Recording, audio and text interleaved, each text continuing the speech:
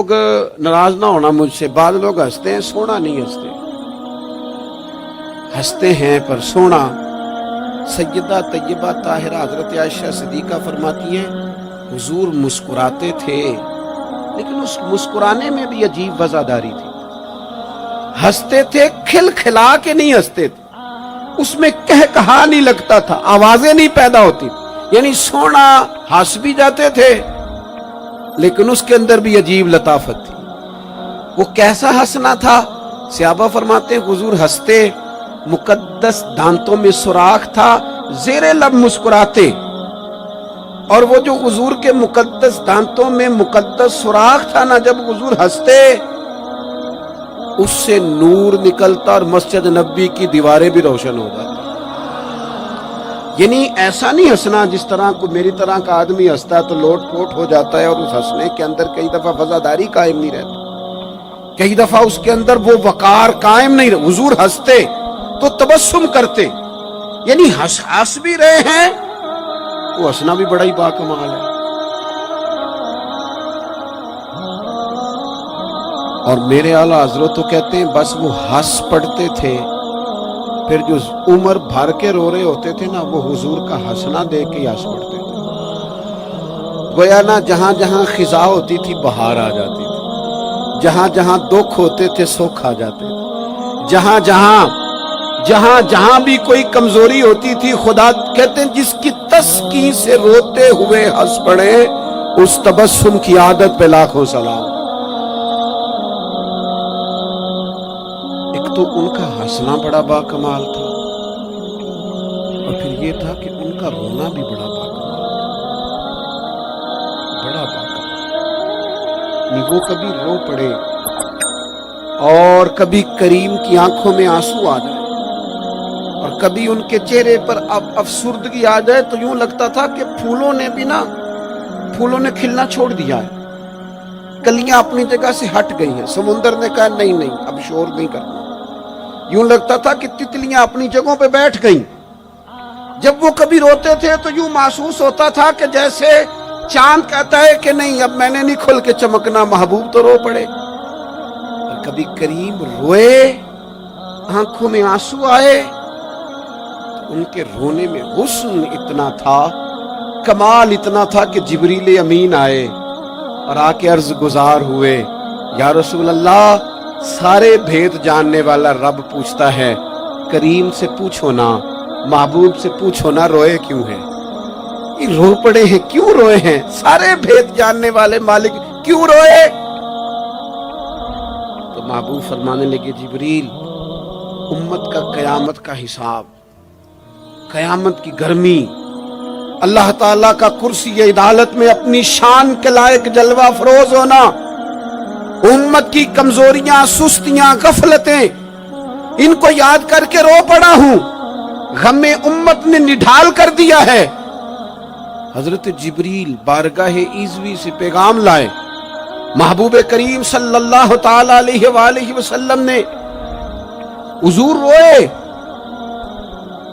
جب جبریل امین یہ پیغام لے کے لوٹتے ہیں تو رب کریم نے کیا فرمایا؟ آپ کی توجہ ہے میری بات پر؟ مالک کریم نے کیا فرمایا؟ وہ آیت نازل ہوئی جس کے بارے میں امام زین العابدین رضی اللہ تعالیٰ عنہ فرماتے ہیں قرآن میں سب سے امید والی آیت یہ ہے۔ روئے حضور اور جناب جبریل پوچھ کر واپس گئے تو رب کریم نے فرمایا جا کے میرے محبوب سے فرما دے وَلَسَوْفَ يُؤْتِيكَ رَبُّكَ فَتَرْضَىٰ، محبوب رب آپ کو اتنا دے گا کہ آپ اپنے رب سے راضی ہو جائیں گے۔ محبوب آپ کو راضی کریں گے، نہ روئیں، آپ کو راضی کریں گے آپ۔ اور حضور کیا فرماتے ہیں؟ فرمایا جب تک میرا ایک امتی بھی دوزخ میں میں کوئی نہیں راضی ہوتا۔ اللہ کیا جہنم اب بھی نہ سرد ہوگا؟ رو رو کے مصطفیٰ نے دریا بہا دیے۔ حضور کا ہنسنا بھی باکمال، رو دینا بھی باکمال، ان کا کسی بندے سے محبت سے اٹھ کے گلے لگانا بھی باکمال۔ کبھی حضور جلال کریں تو محبوب فرمانے لگے میں نے دعا مانگی ہے، اے اللہ اگر میں کسی کو جھڑک دوں تو اتنا ثواب دینا جتنا تو فرض نماز کا ثواب دیتا ہے۔ یہاں یہ بھی ہر زاویے سے، ہر نگاہ سے، میں کیا آپ کو عرض کروں، ہم نے نہ کبھی سیرت بیان کی میری طرح کے لوگوں نے، نہ قوم اس طرح سے سیرت کو پڑھتی ہے۔ سیرت نبوی کا ایک ایک پہلو کبھی کھولا جائے، یہ جو زمانے میں بے چینی پائی جاتی ہے نا، بے قراری پائی جاتی ہے، اور ذہنی انتشار ہے، اور فکری الجھاؤ ہے، اور ٹوٹتی بکھرتی سوچیں، یہ ساری ختم ہو جائیں، ایسا ٹھہراؤ نصیب ہو، جینے کا بھی مزہ آئے اور مرنے کا بھی مزہ آئے۔ اگر حضور کی سیرت مقدسہ کو سمجھا جائے تو محبوب کی زندگی ہر طرح سے کامل ہے، مکمل ہے، اکمل ہے۔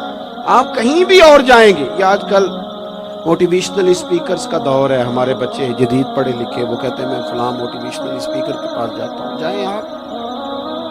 بہت سارے لوگ ایسے ہیں، انہیں کہیں تو وہ باز نہیں آتے، وہ تجربہ کر کے باز آتے ہیں، اور بالخصوص نئی نسل جو ہوتی ہے وہ بزرگوں کے تجربوں سے فائدہ نہیں اٹھاتی، وہ اپنے الگ سے تجربے کرنا چاہتی، اس کا بھی بڑا خطرناک نتیجہ برآمد ہوتا ہے۔ تو کوئی بندہ بھی جو آپ کو موٹیویٹ کرتا ہے نا کتاب و سنت کے بغیر، کوئی بھی آپ کو موٹیویٹ کر رہا ہے، وہ کیا کچھ کہہ رہا ہے، کیا کر رہا ہے، وہ کبھی بھی آپ کو تعلیم صحیح نہیں دے سکتا۔ کیوں؟ اس لیے کہ جو تعلیم وحی الہی کے بغیر ہوتی ہے وہ ناقص ہوتی ہے۔ انبیاء کی تعلیم وحی الہی کے ساتھ، لہذا اگر کوئی آدمی آپ کو موٹیویٹ کرتا ہے کتاب و سنت کے ساتھ، وہ آپ کو درست سمت لے کے جائے گا، ورنہ تو ہر آدمی آپ کو الجھا دے گا۔ میرے بھائی، نبی پاک کا اسوہ حسنہ، ہمارے ہاں لوگوں نے سنت شریعت سمجھ کس کو لیا ہے؟ ہمارے ہاں لوگوں نے سنت شریعت سمجھا ہے صرف پگڑی باندھ لی، بہت عظیم سنت ہے امام آباد میں۔ بعض لوگوں کا خیال ہے صرف داڑھی رکھنا، داڑھی بہت عظیم سنت، بہت عظیم سنت، انبیاء کرام کی پسند ہے۔ اور آپ کو پتہ ہے اللہ تعالیٰ نے عورتوں کو داڑھی دی ہی نہیں، یہ مرد کا زیور ہے۔ ہاں یہ مردانہ کام ہے، داڑھی مرد کا زیور۔ اور پھر یہ آپ کے جسم کا حصہ ہے، داڑھی کا وزن کوئی نہیں ہوتا، پوچھ لیں جنہوں نے بڑی رکھی ہے، بے شک ان سے بھی پوچھ لیں، یہ وجود کا حصہ ہے، اس کا کوئی وزن، کوئی پریشانی۔ اور ایک اور بات نوجوانوں آپ سے کہہ دوں چلتے چلتے، بغیر داڑھی کے آپ سونے لگ رہے ہوں تو لوگ کہیں گے پیارے لگ رہے ہو، اچھے لگ رہے ہو، خوبصورت لگ رہے ہو۔ اور داڑھی کے ساتھ اگر کسی کو پیارے لگو نا تو جو تعریف کرے گا وہ تو تعریف ہی بڑی روحانی قسم کی ہے، وجدانی، یعنی آپ داڑھی کے ساتھ اچھے لگے تو لوگ کہتے ہیں کتنا نورانی چہرہ ہے۔ اب دیکھو اس تعریف کے پیچھے جو جملوں کی ترتیب ہے اس میں حسن کتنا، داڑھی، امامہ، سفید لباس، اور پھر یہ کہ مسواک کرنا بڑی اعلیٰ سنت ہے، میٹھا کھانا بڑی اعلیٰ سنت ہے، لیکن یہی 4-5 سنتیں نہیں میرے بھائی حضور کی۔ یہ بہت بڑا مسئلہ ہے۔